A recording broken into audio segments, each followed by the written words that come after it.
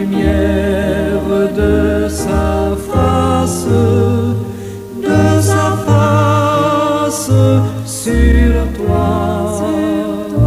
sur toi, use de grâce envers toi et te donne la paix, et te donne la paix.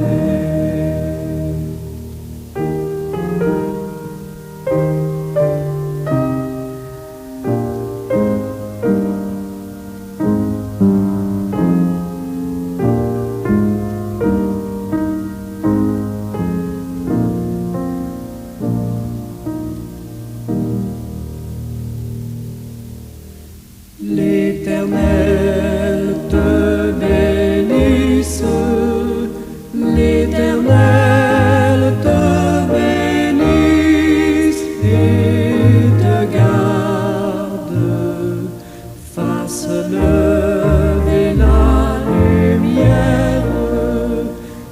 lumière de sa face sur toi,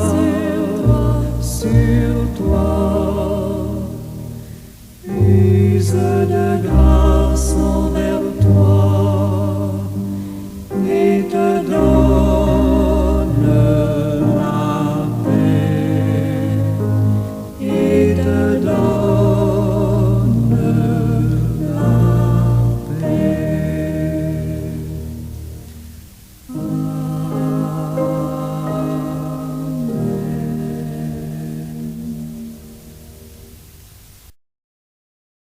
Éternel Seigneur notre Dieu, dans le silence de ce moment, je viens devant toi avec un cœur humble et reconnaissant. Je reconnais aujourd'hui plus que jamais que tout vient de toi. La vie que je respire, le souffle qui m'anime, les talents que j'ai reçus. Rien ne m'appartient en propre. Tout est don de ta générosité infinie. Comme le Christ l'a enseigné, Seigneur, je veux rendre à César ce qui est à César et à toi ce qui appartient à toi. Mais je comprends maintenant que tout, en vérité, t'appartient. Mon temps, mes forces, mes choix, mes rêves, mon amour, tout cela doit être mis à ton service. Prends ma vie, Seigneur, et transforme-la, je t'en supplie. Que mes mains soient tes mains pour toucher ceux qui souffrent.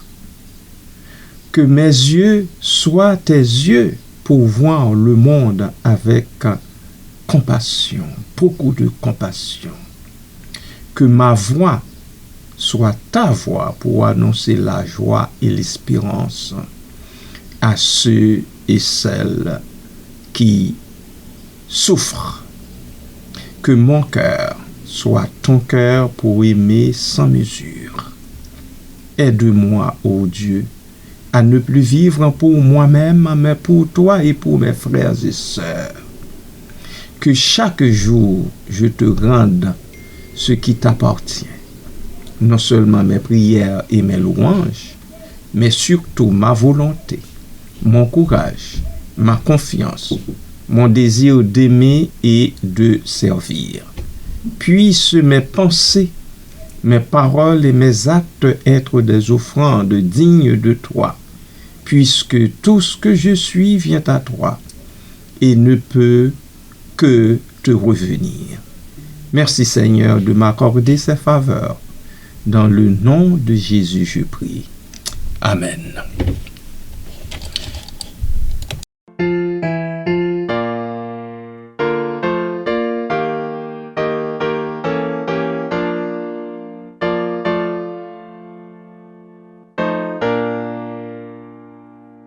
Je connais un guide infaillible qui constamment veille sur moi. Sur ces pages poursuit paisible la sainte course de la foi. Conduit par droit céleste guide, je me dirige vers les cieux, et mon sentier sous ton égide devient toujours plus radieux.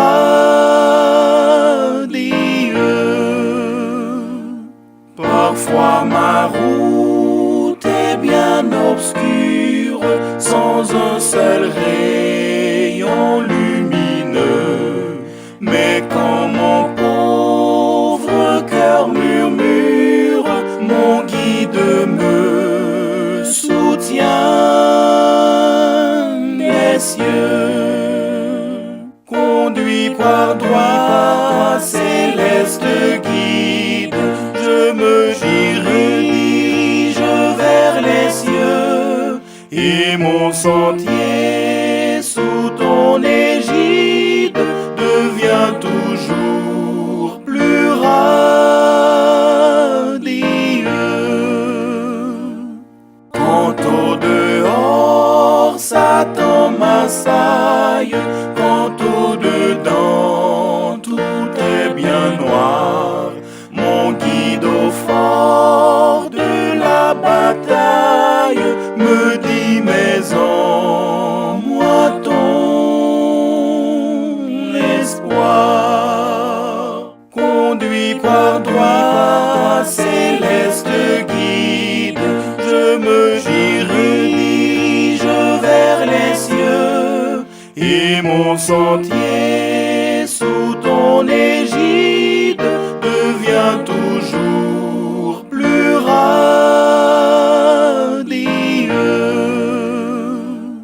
Ainsi tout au long de la route, hier, aujourd'hui, jusqu'à la fin, près du guide, je ne redoute ni pleurs, ni chute, ni chagrin.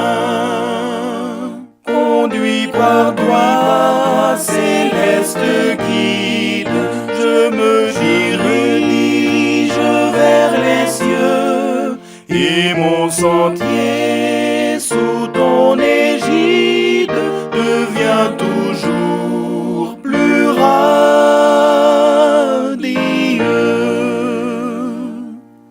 Amis de partout et bien-aimés de Dieu, bonjour, bon matin.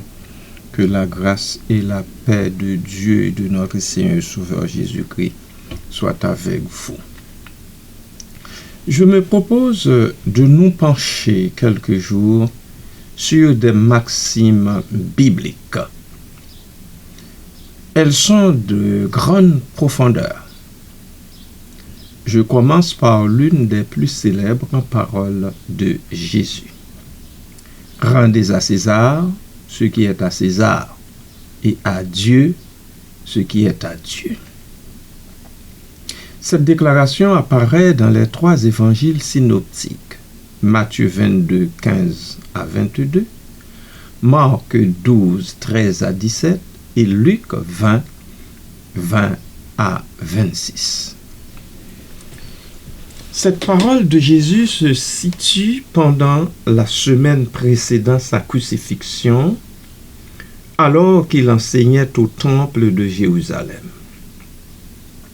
Les chefs religieux juifs cherchaient à le piéger dans ses paroles. Dans ce cas particulier, les pharisiens qui rejetaient l'autorité romaine et les hérodiens qui soutenaient Hérode et donc l'autorité romaine s'allient temporairement pour piéger Jésus. Il lui pose une question piège, une question captieuse. Est-il permis de payer l'impôt à César ou non? S'il répond oui, il se met à dos le peuple juif qui considère cet impôt comme un symbole d'oppression romaine. S'il répond non, il peut être accusé de trahison envers Rome. En réponse donc, et en tant que bon stratège, Jésus demande qu'on lui montre une pièce de monnaie. On lui présente une denarius romaine qui porte l'effigie de l'empereur Tibère César. Alors il prononce cette parole célèbre: rendez donc à César ce qui appartient à César et à Dieu ce qui appartient à Dieu. Amen. Parfois ma route est bien obscure, sans un seul rayon lumineux. Mais quand mon pauvre cœur murmure, mon guide me soutient des cieux. Conduit par toi, céleste guide, je me dirige vers les cieux, et mon sentier sous ton égide devient toujours plus radieux. Essayons d'analyser cette déclaration sous l'éclairage de 5 assertions. La reconnaissance de l'autorité civile, la distinction entre le spirituel et le temporel, la subversion de la question piège, la notion de double appartenance et l'image de Dieu. La reconnaissance de l'autorité civile. Jésus reconnaît implicitement qu'il existe une autorité civile légitime, symbolisée par César et l'Empire romain, à laquelle les citoyens doivent obéissance dans certains domaines. La distinction entre le spirituel et le temporel, Jésus établit une distinction entre ce qui relève de l'autorité civile, en l'occurrence César, et ce qui relève de l'autorité divine, donc Dieu. La subversion de la question piège, en demandant à voir une pièce de monnaie, le Seigneur Jésus montre que ceux qui le piègent utilisent déjà la monnaie romaine, donc participent au système qu'ils prétendent rejeter. Sa réponse les met dans l'embarras.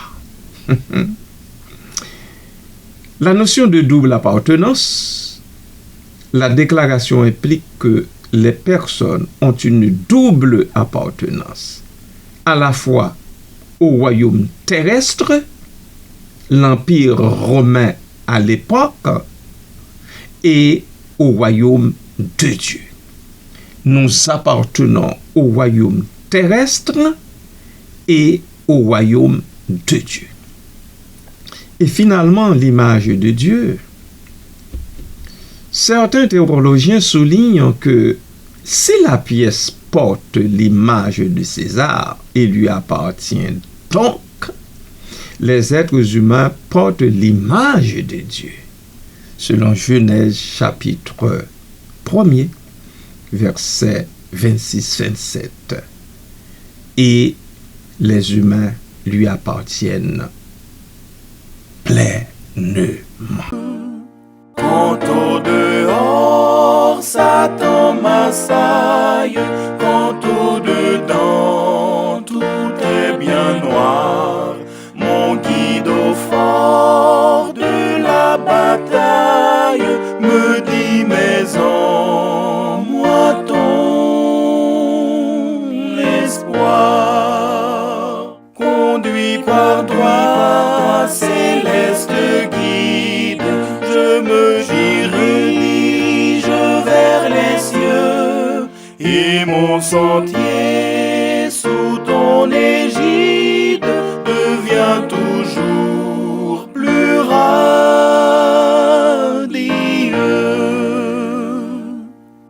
En quoi consistent les interprétations théologiques et historiques? Premièrement, l'Église catholique a généralement interprété cette parole de Jésus comme soutenant la légitimité de l'autorité civile, tout en affirmant que cette autorité n'est pas absolue et doit être subordonnée à Dieu.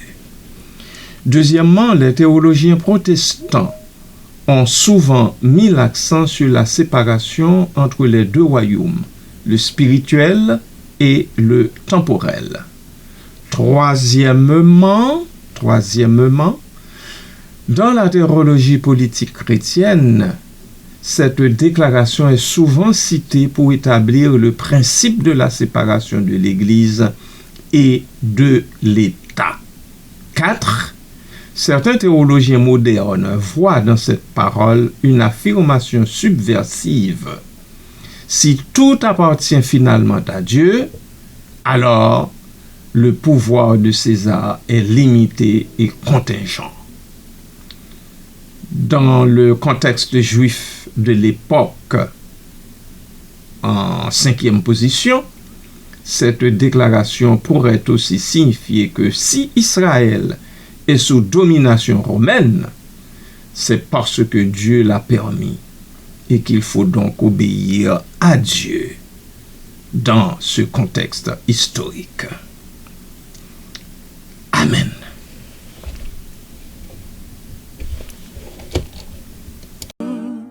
Ainsi tout au long de la route, hier, aujourd'hui, jusqu'à la fin, près du guide, je ne redoute ni pleurs, ni chute, ni chagrin. Conduit par toi, céleste guide, je me dirige vers les cieux et mon sentier sous ton égide devient toujours plus radieux. Je vais maintenant formuler une réponse en plus ou moins complète en expliquant le contexte, le sens immédiat de la déclaration et ses implications théologiques et pratiques plus larges. La parole de Jésus: rendez à César ce qui appartient à César et à Dieu ce qui est à Dieu, selon les synoptiques, est l'une des déclarations les plus célèbres et les plus riches de la Bible. Elle révèle à la fois la sagesse de Jésus face à un piège politique et sa vision profonde de la relation entre l'ordre temporel et l'ordre spirituel. En voici l'explication. Contexte historique et situationnel. Cette déclaration s'inscrit dans le cadre de la dernière semaine de la vie publique du Seigneur, alors qu'il enseigne dans le temple de Jérusalem. Les chefs religieux juifs, pharisiens et sadducéens cherchent à le discréditer.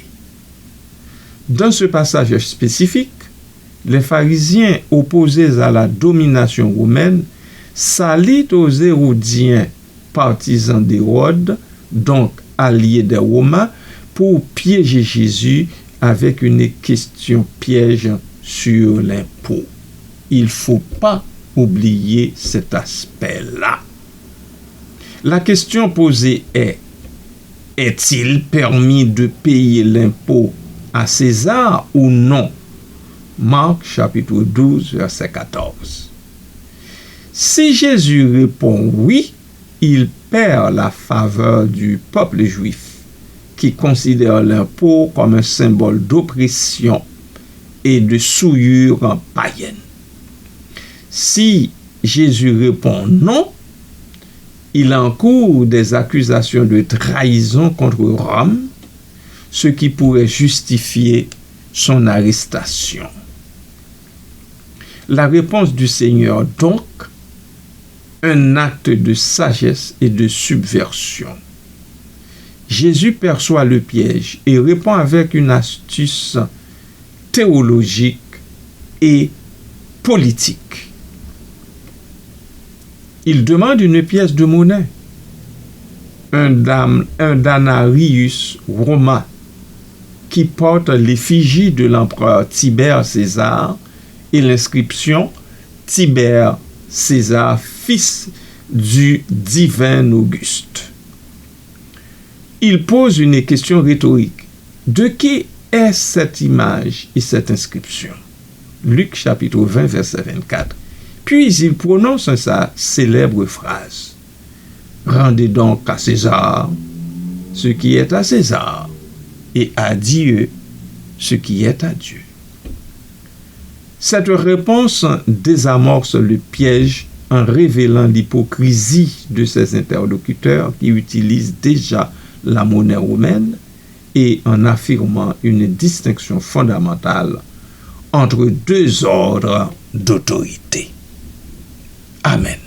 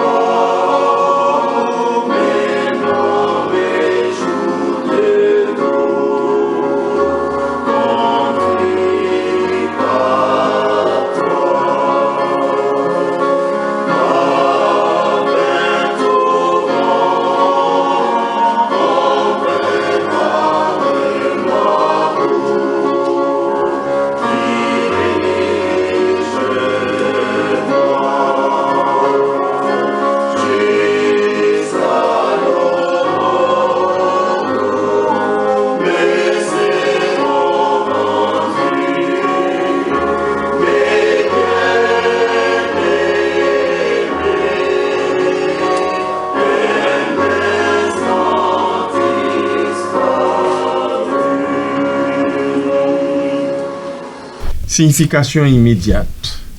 Une distinction entre le temporel et le spirituel.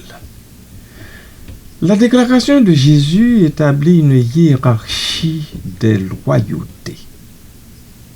L'ordre temporel, avec César, l'Empire romain, l'État ou toute autre autorité civile légitime a droit à un certain respect et obéissance. Paiement des impôts, respect des lois. L'ordre spirituel, Dieu,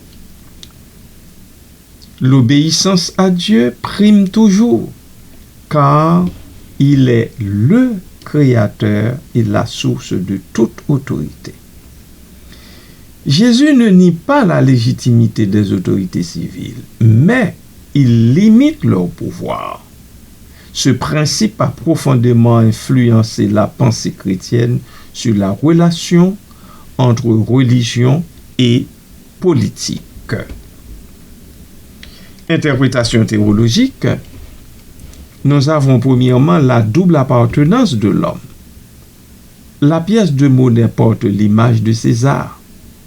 Il ne faut pas l'oublier.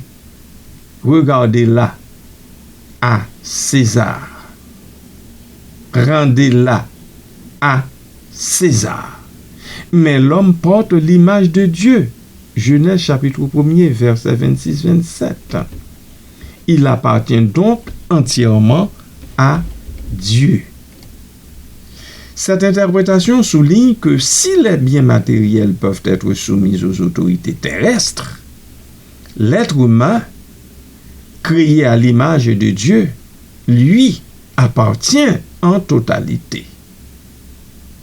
La justice sociale et la liberté spirituelle prennent alors un sens profond, un sens extraordinaire. Une critique subversive du pouvoir. On a l'effigie de César sur la pièce, qui est un symbole de pouvoir idolâtre. Les Romains considéraient l'empereur comme un dieu. C'est là l'idolâtrie, quand on parle de symbole de pouvoir idolâtre. En disant « rendez à César », Jésus pourrait aussi sous-entendre que rien ne devrait appartenir à César, car tout est à Dieu. Une lecture radicale voit là une dénonciation implicite de l'idolâtrie du pouvoir politique. Ne l'oublions pas, peuple de Dieu. La séparation des ordres aussi. Cette parole est souvent citée pour justifier une séparation entre l'Église et l'État ou entre les sphères spirituelles et politiques. Cependant, Jésus ne trace pas une frontière étanche, mais une hiérarchie des priorités. L'obéissance à Dieu prime sur celle à l'État, surtout quand les deux entrent en conflit. Actes chapitre 5, verset 29 nous en parle.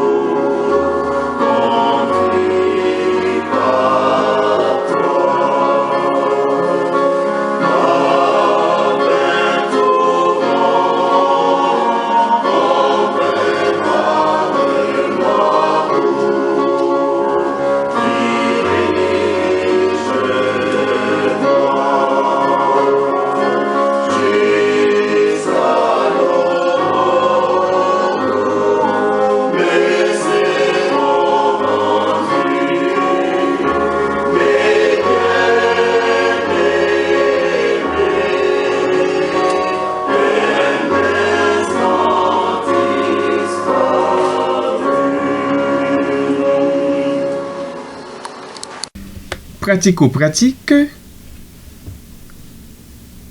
nous avons la responsabilité civique et foi chrétienne qui entrent en ligne de compte. Les chrétiens sont invités à remplir leurs devoirs civiques, payer l'impôt, respecter les lois, sans pour autant sacraliser l'État. Deuxièmement, critiquer les injustices et refuser l'obéissance aveugle, car Dieu est le seul juge ultime. Il y a la primauté de Dieu aussi. Tout ce que nous possédons, richesse, talent, temps, etc., doit être vu à la lumière de Dieu. Même nos engagements terrestres doivent être ordonnés à son service. Il y a aussi une réponse au conflit d'allégeance. Face aux tensions entre loyauté nationale et foi chrétienne, Jésus enseigne à discerner ce qui relève du devoir terrestre et ce qui relève de la fidélité à Dieu. Dans nos enseignements modernes, nous avons le pape Léon XIII, encyclique Immortale Dei, 1885, qui rapporte ceci.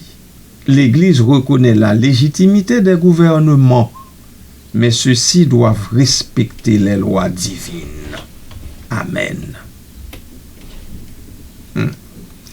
Martin Luther King Jr., de son côté, dit ceci. Une loi injuste est une désobéissance au Dieu éternel.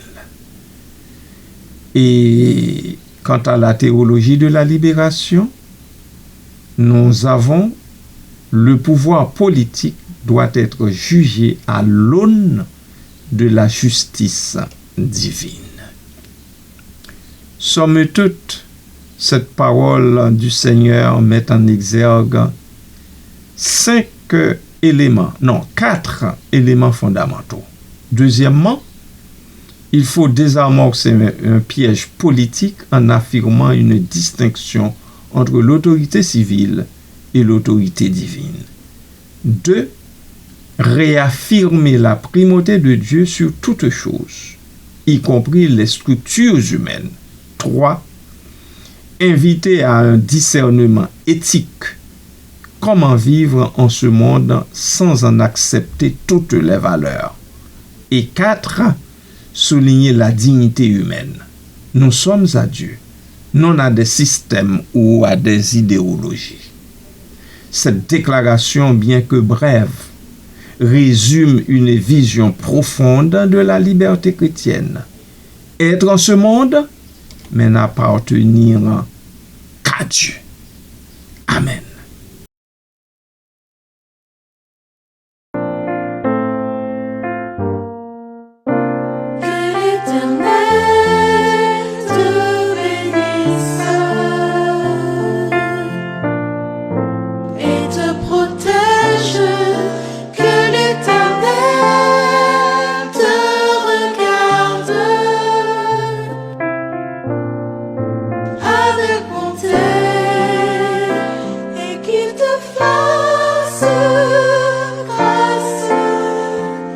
Qu'il te fasse